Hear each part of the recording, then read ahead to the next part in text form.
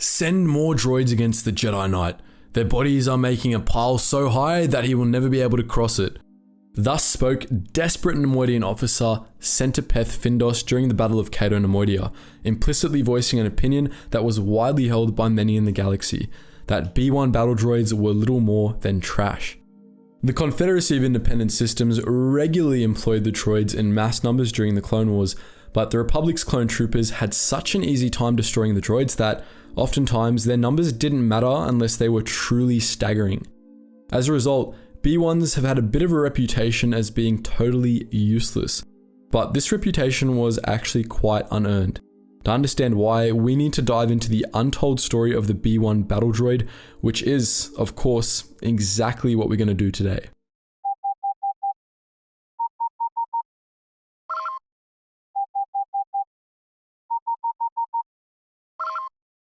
Attention, Sergeant on deck!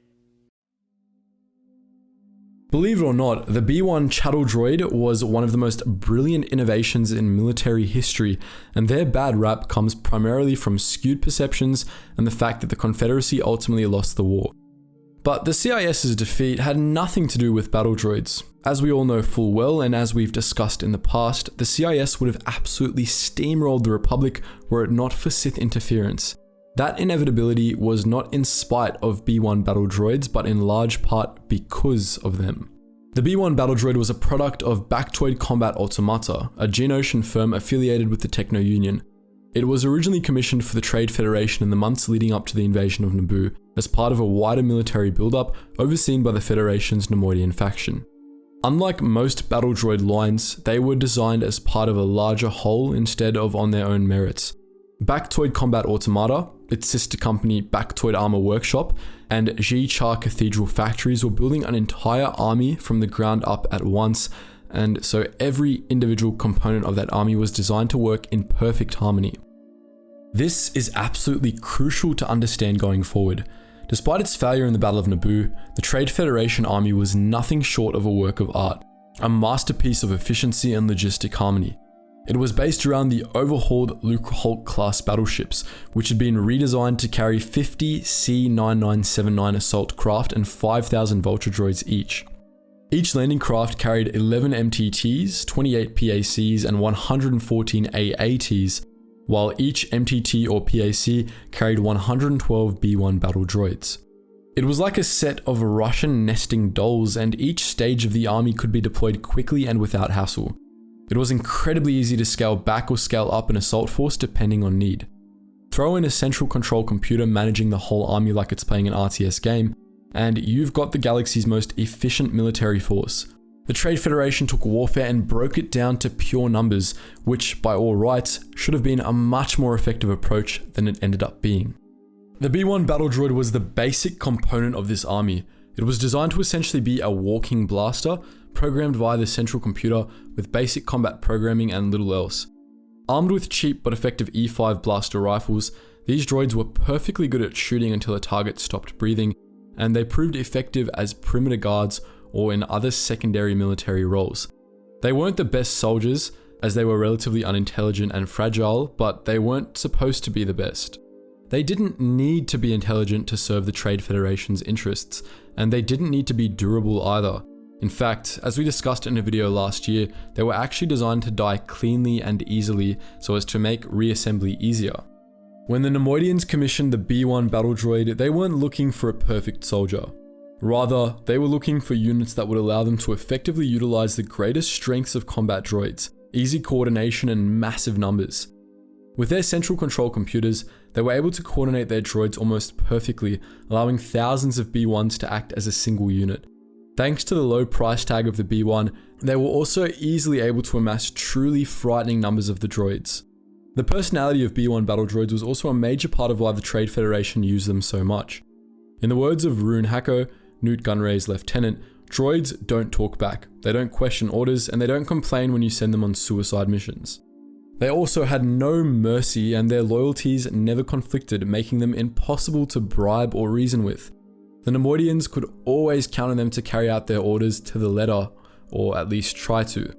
These droids displayed their effectiveness quite clearly in the Battle of Naboo, while the Trade Federation was ultimately defeated at Naboo due to the destruction of the central control computer. The fact of the matter is they were winning before the control ship went down. OOM-9 and his battle droids absolutely slaughtered the Gungans on the Great Grass Plains, and the droids in the Royal Palace gave the Naboo a tough time as well. The Battle of Naboo may have highlighted the glaring flaw in the Trade Federation's battle plan, but it highlighted quite a few strengths of it too. Consider the Battle of the Great Grass Plains. The Gungans actually had the tactical advantage in that battle. They had shields, artillery, cavalry, EMP-based weapons, and many thousands of soldiers. OOM-9's tanks were rendered totally useless by the shields at first, so he deployed a horde of B-1 battle droids and sent them to march into the Gungan's shield. But here's the kicker. The droid's first wave would only have had about 1,300 battle droids in it, and it might actually have been their only wave, as we didn't see them get reinforcements at any point. This means that, at least at the start of the battle, the droids were actually outnumbered by the Gungans, who, again, had EMP weapons, artillery, and cavalry to bring to bear against these flimsy, walking skeletons. The droids, meanwhile, had no artillery or armored support, and they were attacking head-on through a shield generator. They were at a serious tactical disadvantage, yet they absolutely massacred the Gungans. If it weren't for Anakin Skywalker, every single Gungan on that battlefield would have ended up dead or a prisoner of war before nightfall. As we discussed in a video about a year back about the Gungans, they weren't pushovers by any means either. But if B-1s performed so well on Naboo, why did they suck during the Clone Wars? There's three major reasons for this. Firstly, they didn't do nearly as well in more complicated battle situations, and they were easy to mop up in surprise attacks. Secondly, the Grand Army of the Republic was composed of some of the most elite soldiers in the history of the galaxy. Thirdly, there were Jedi to be reckoned with, and as we saw at the end of the last season of The Mandalorian, Jedi can pretty much take on anything. Even with these disadvantages, however, the B-1s still had its uses. Despite the advent of new droid models in the lead up to the Clone Wars, the Confederacy of Independent Systems never phased the B-1s out, and for good reason. In fact, the CIS ramped up B-1 production to truly astounding levels, intent on maximizing the droids' numbers advantage. Like the Trade Federation before it, the CIS found that B-1s did just fine in secondary military roles like perimeter guard duty or local defense on separatist worlds, but they had their fair share of uses on the front lines too. On Antar, Argonar, Mercen, and many worlds besides, the Confederacy won battles by playing to the strengths of the B-1 battle droid. They staged their forces on open fields and deployed vast numbers of battle droids in formation, a terrifying war of Durasteel eager to spray blaster bolts at whatever was foolish enough to stand before it. This tactic was simple but effective, as the Republic had no real way to counter it. They simply didn't have enough men.